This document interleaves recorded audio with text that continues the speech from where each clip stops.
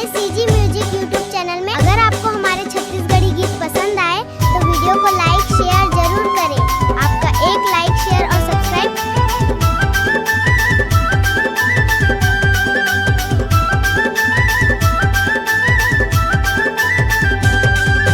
सत्य नाम के जो चले गांव गांव माया, बाबा गुरु घसीदास की गूंजे अमर आवाज।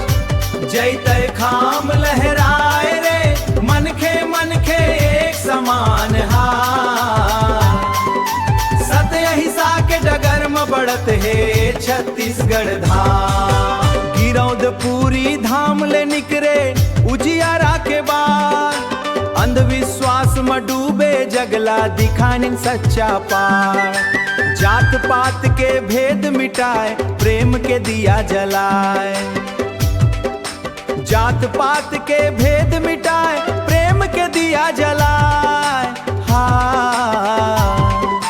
सतनाम के अमृत बानी जन जन तक पहुँचाए। सत्य नाम के जो चले गांव गांव माया, बाबा गुरु घसीदास की गूंजे अमर आवाज।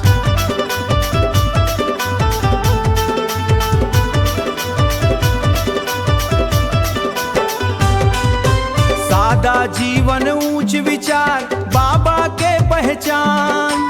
दुखिया गरीब के संग खड़े दीन सबला मान।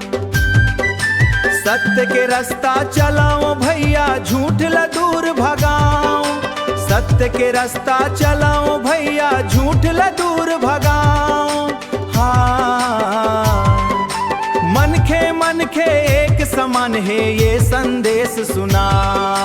जय सतनाम जय सतनाम जय सतनाम जय सतनाम, मुझे धरा आसमान।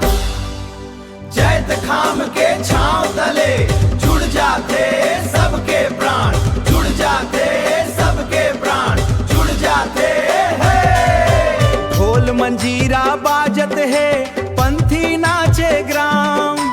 बाबा के महिमा गावत है लेके सतनाम।